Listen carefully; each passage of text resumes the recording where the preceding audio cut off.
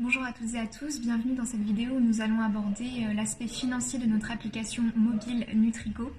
Donc Nutrico, qu'est-ce que c'est? Nutrico, c'est une application, comme je le disais, sous forme de panier intelligent qui a été créée par notre équipe d'LR Consulting, composée de Mathieu Talagrand, de Simon Bouchoul, de Bastien Boutet, d'Élodie Philippon, de Romane Séché et de moi-même. Donc Nutrico, elle a pu voir le jour grâce à l'apport financier de ses créateurs.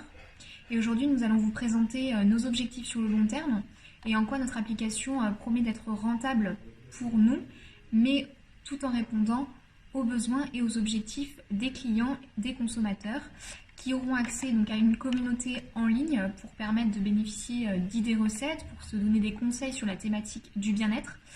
Et donc notre application promet de faire gagner du temps à ces consommateurs en consommant mieux et en gagnant du temps aussi sur l'aspect création de repas.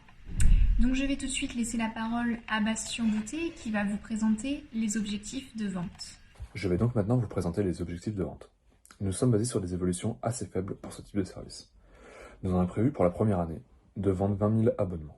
L'objectif étant qu'un maximum de personnes puissent tester l'application et les bénéfices qu'elle peut apporter, ce pourquoi nous avons créé un prix d'entrée de 29,99 € pour un mois. Au terme de ce mois, le client est libre de décider s'il veut renouveler ou non son abonnement. Le but est qu'il ne puisse plus se passer de l'application et que la plupart des clients soient amenés à prendre des abonnements sur la durée, donc de le fidéliser. C'est pourquoi nous faisons des offres dégressives qui vont de 59,99 € pour 3 mois à 119,99 € pour l'année. Cela est le prix à payer pour avoir un conseiller personnalisé 24 heures sur 24 et 7 jours sur 7. Nos évolutions sur 5 ans sont assez simples. La première année, nous estimons à 15% notre évolution, la deuxième année à 10%, la troisième année à 7% et la cinquième année à 5%. Donc ce tableau montre l'évolution en nombre de personnes que l'on compte toucher. On est parti du principe que chaque type d'abonnement allait augmenter de la même manière, ce qui veut dire que le taux d'évolution de ce tableau par année est à reporter à chaque type d'abonnement de la même année. À son maximum, cela représenterait 0,04% de la population française, mais cette application pourrait très bien se développer à l'international comme son principal concurrent Yuka. Donc avec l'évolution que je viens de vous donner, cela donne le tableau de durée d'engagement, donc pour 1 mois, 3 mois et 12 mois en regardant l'évolution. Donc notre croissance diminuerait au fil des années, mais cela n'est qu'une estimation, puisqu'elle pourrait à l'inverse exploser si elle était amenée à être mise en avant par des médias populaires, ou des personnes telles que des influenceurs. Mais d'après ces estimations, elle reste quand même assez intéressante, puisqu'elle permettrait de dégager un bénéfice élevé dès la première année, comme vous pouvez voir sur ce tableau. Je laisse maintenant Simon vous présenter la partie interne. À présent, avec Roman, nous allons vous présenter les 3 arguments de validation externe qui vont justifier nos objectifs en lien avec notre marché cible. Tout d'abord, il faut savoir que la segmentation, c'est une action de découpage d'une population en sous-ensembles homogènes selon différents critères. On parle alors de segmentation du marché ou de segmentation de la clientèle selon le contexte. Les critères de segmentation choisis doivent permettre d'obtenir des segments de population homogènes, de taille suffisante et opérationnelle. Un segment est dit opérationnel lorsqu'il est possible de l'adresser de manière spécifique. La taille des segments retenus doit être suffisante pour permettre la rentabilité d'une approche spécifique de ces segments. De plus, la segmentation permet d'effectuer des actions marketing différenciées en fonction des segments et de proposer éventuellement une offre de produits spécifiques à chaque segment, tout en veillant à éviter d'éventuels conflits de segments. Il est également possible de faire le choix de ne s'adresser qu'à un seul segment de marché. Dans notre cas, nous avons décidé de cibler une clientèle active qui se situera entre 20 et 55 ans, soucieuse de sa santé et de son bien-être. Les caractéristiques majeures de ce segment de clientèle sont qu'ils sont très connectés, mais aussi qu'ils sont dans le changement de mode de vie, c'est-à-dire que beaucoup d'entre eux cherchent à contourner les codes et les habitudes. De ce fait, ce segment de clientèle correspond à nos valeurs. Je vais maintenant laisser la parole à Romane qui va vous présenter les 2 derniers arguments. Merci Simon, donc moi c'est Romane.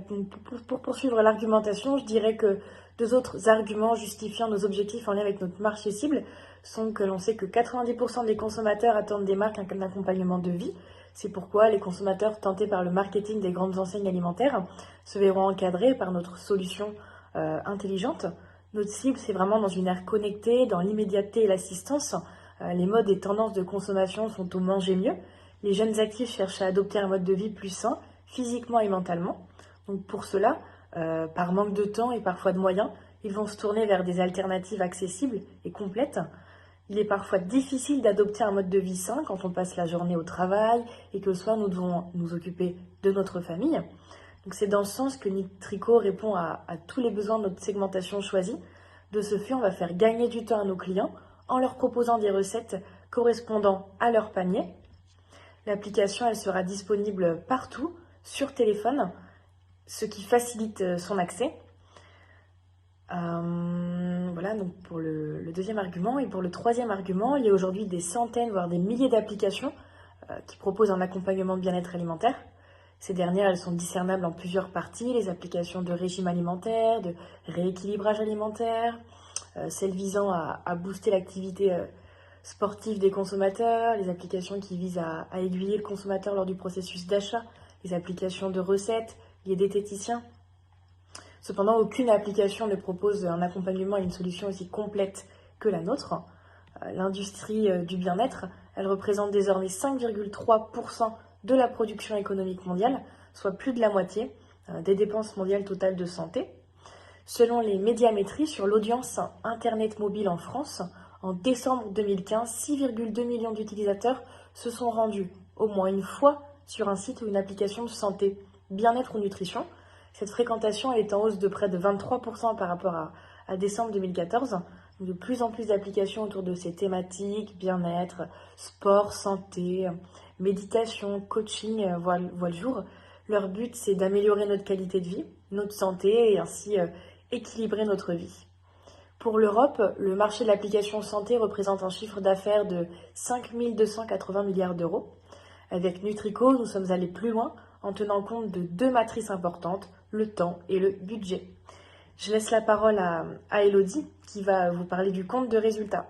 Pour ce qui est de nos prévisions financières sur les 5 prochaines années, donc on a recensé dans un tableau de données les différentes dépenses qui peuvent avoir lieu sur les années à venir. Donc on a des dépenses qui sont liées au personnel, donc interne et externe. Donc interne, donc nous-mêmes les cyclogérants, ainsi qu'externe, donc pour le coût de notre développeur web pour mener à bien notre projet. On a aussi recensé donc des coûts liés à l'hébergement de l'application, l'accès aux différentes plateformes de téléchargement, notre salle de coworking que l'on va louer tous les mois, notre budget de communication, le capital social que nous allons mettre au lancement de notre projet, donc qui est de 60 000 €, notre emprunt que nous allons percevoir qui est de 100 000 € avec un taux d'intérêt de 5%. Pour ce qui est de notre compte de résultat de l'année N, donc au démarrage, on a donc recensé les différentes dépenses que l'on peut rencontrer sur cette première année N,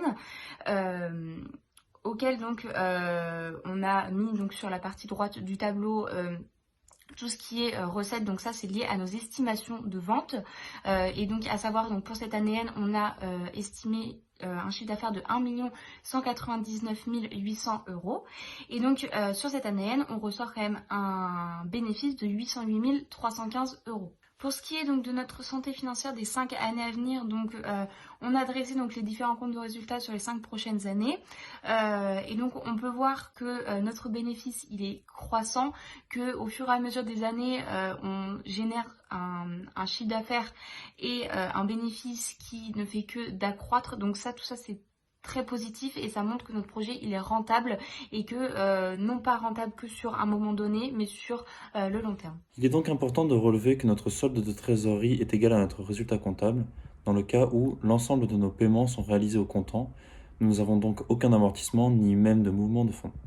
C'est pour cela que notre bénéfice déduit dans notre résultat comptable n'est pas modifié dans notre trésorerie. Nous avons soustrait nos décaissements et nos encaissements tous les 5 années à venir. Ainsi, nous pouvons affirmer que notre projet est rentable et durable. Pour conclure, on peut dire que grâce à ces prévisions sur 5 ans, que notre projet est viable. Nos revenus sont croissants au fil du temps, ce qui nous permettra d'investir dans de nouveaux projets de développement d'applications. Grâce à cette trésorerie, nous pourrons aussi envisager d'acheter nos propres locaux, de quitter cette salle de coworking. De plus, nous pourrons aussi envisager d'investir dans plus de personnel. C'est-à-dire qu'au lieu de prendre un développeur externe, on pourrait recruter et internaliser cette activité. Cette étude financière prévisionnelle est rassurante et elle nous permet en fait d'affirmer que notre projet est rentable. que son développement est croissant, mais surtout que cette croissance nous permettra en réalité de faire évoluer notre stratégie financière et commerciale. Je vous remercie pour l'attention que vous avez portée à notre projet et je vous souhaite une bonne journée.